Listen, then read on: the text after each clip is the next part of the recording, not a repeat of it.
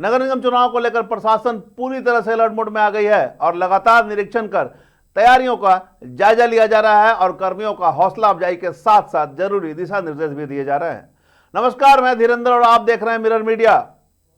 जिला निर्वाचन पदाधिकारी नगर पालिका सह उपायुक्त आदित्य रंजन एवं वरीय पुलिस अधीक्षक प्रभात कुमार नगर निकाय चुनाव को लेकर रविवार को कंट्रोल रूम पहुंचे, जहां निरीक्षण कर व्यवस्थाओं का जायजा लिया। इस दौरान city SP Hrithik Srivastava, CCR DSP Sumit Kumar सहित अन्य पदाधिकारी मौजूद रहे। कंट्रोल रूम से ही अधिकांश इलाकों का मॉनिटरिंग किया जाएगा, जिसे लेकर मॉनिटरिंग सिस्टम का निरीक्षण कर अधिकारियों ने जायजा लिया और आवश्यक दिशा निर्देश दिए। पूरे मामले पर मीडिया से बातचीत के दौरान उपायुक्त एवं एसएसपी ने बताया कि सभी पोलिंग पार्टियों बहुत ही सुगमता से अपने अपने बूथों के लिए रवाना हो चुकी है। सभी सेक्टर मजिस्ट्रेट तथा निर्वाची पदाधिकारी को मतदान केंद्र पर सभी सुविधाएं सुनिश्चित करने का निर्देश दिया गया है। चुनाव को लेकर कंट्रोल रूम से कड़ी निगरानी रखी जाएगी। साथ ही उपायुक्त ने कहा कि देर शाम संवेदनशील एवं अति संवेदनशील मतदान केंद्र एवं क्षेत्र का भ्रमण भी किया जाएगा और जायजा लिया जाएगा। चुनाव में किसी प्रकार का व्यवधान उत्पन्न करने वालों पर तत्काल एफआईआर दर्ज की जाएगी। वहीं सिंदरी में एक प्रत्याशी द्वारा आदर्श आचार संहिता का उल्लंघन के मामले में उन्होंने संज्ञान लेते हुए कहा कि मतदाताओं को लुभाने के मामले सामने आए थे, जिस पर त्वरित कार्रवाई करने के निर्देश दिए गए हैं। उन्होंने कहा कि तमाम सामग्री को जब्त कर लिया गया है और विधि सम्मत कार्रवाई पूरे पहलुओं पर जांच कर की जाएगी। वहीं वरीय पुलिस अधीक्षक ने कहा कि निष्पक्ष एवं शांतिपूर्ण चुनाव संपन्न कराने के लिए प्रशासन एवं पुलिस ने सभी तैयारियां पूरी कर ली है। उन्होंने मतदाताओं को विश्वास दिलाते हुए कहा कि वे निर्भीक होकर अपने मताधिकार का प्रयोग करें। चुनाव में व्यवधान डालने वाले मतदाताओं को डराने धमकाने या किसी विशेष के पक्ष में वोट डालने वाले का दबाव बनाने का या धमकाने का प्रयास किया जाएगा तो वैसे तत्व को किसी भी सूरत में बख्शा नहीं जाएगा।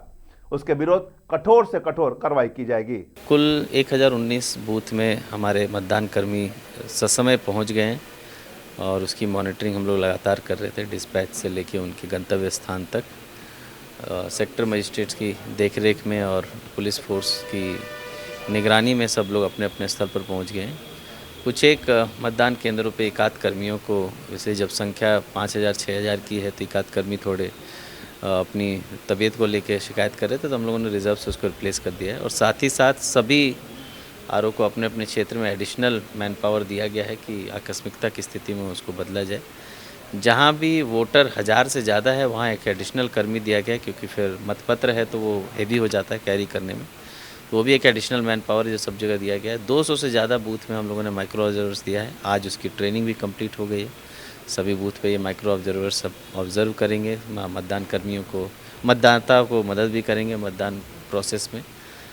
कुछ एक मतदान केंद्र है जहाँ बिजली पानी को लेकर बिजली 100% हम लोग करा रखे थे, पर जब 1000 की संख्या होती है तो एक दो में छोटी मोटी कमियां लगातार फ़ोन पे रिपोर्ट हुई है, उसको हम लोग तत्काल पूरा कर रहे हैं। नगर निगम को भी एक्टिव करके रखे हैं कि जहाँ ज़रूरत हो वहाँ पानी का टैंकर पहुँचाए। कल किसी भी हालत में किसी भी तरह की परेशानी ना ही मतदान कर्मी को ना ही मतदाता को होगी, तो उसके लिए हम लोग सजग हैं। आज कंट्रोल रूम से सभी प्रिसाइडिंग अफसर को लाइन बाय लाइन फ़ोन किया गया। सभी 1016 1019 से डेटा आ गया है कि वो लोग सुरक्षित अपने अपने गंतव्य स्थान पर पहुंच गए हैं और जो सुविधाएं मतदान प्रक्रिया को लेकर होनी चाहिए उस मतदान केंद्र में, वो सभी सुविधाएं सभी केंद्र पर उपस्थित हैं। इसका भी हम लोग डेटा अभी ले लिया। सर, ये कंट्रोल रूम से यहाँ से निगरानी कैसे? देखिए, हम लोग दो तरह से निगरानी कर रहे हैं, एक ऑडियो कॉल से और दूसरा वीडियो मॉनिटरिंग है।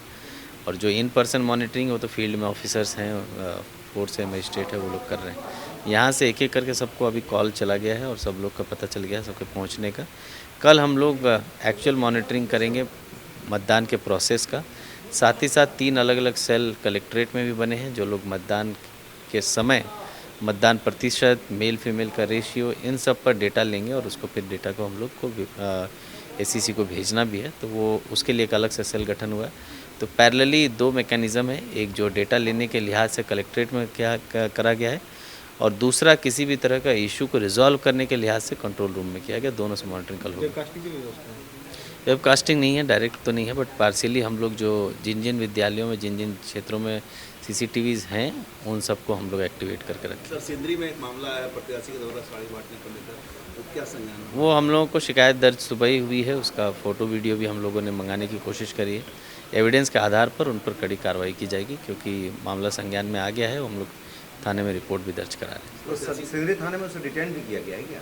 हैं। सुबह पूछताछ कर रहे थे, अभी हम लोग उसमें अनुसंधानरत है, हम लोग कार्रवाई करेंगे उसे। चुनाव से वंचित करने का कुछ प्रक्रिया अपनाई नहीं, गई? अभी नहीं, जब तक कि वो अनुसंधान पूरा नहीं हो जाता तब तक नहीं कर सकते हैं। और अगर डिस्क्वालिफिकेशन का जो प्रोसेस है वो चुनाव प्रक्रिया के बाद भी होता है।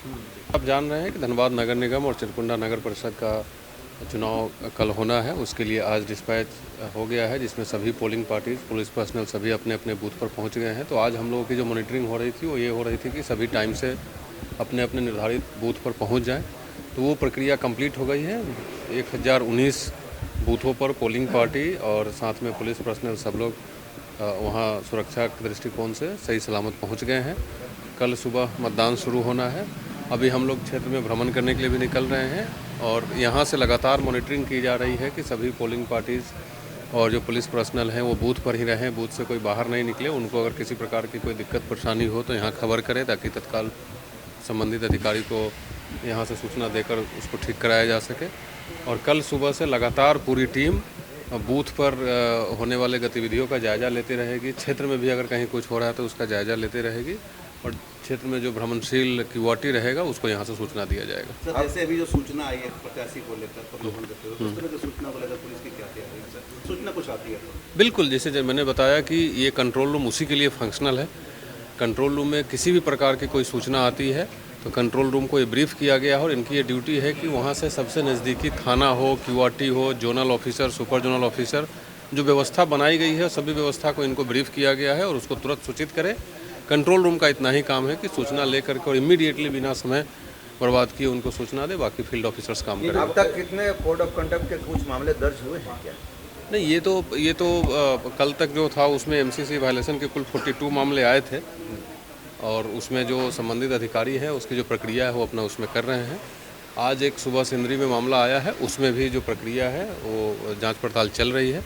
और बाकी जैसे जो भी आएगा हम लोग उसको जो भी विधि सम्मत कार्रवाई है वो करेंगे। को लेकर क्या कुछ प्लानिंग है सर इलाकों में? फोर्स डिप्लॉयमेंट उसी तरीके से किया गया है। जो हाईली सेंसिटिव बूथ है, नॉर्मल बूथ है, उसको उसी कैटेगरी के हिसाब से हम लोग फोर्स डिप्लॉयमेंट किए हैं।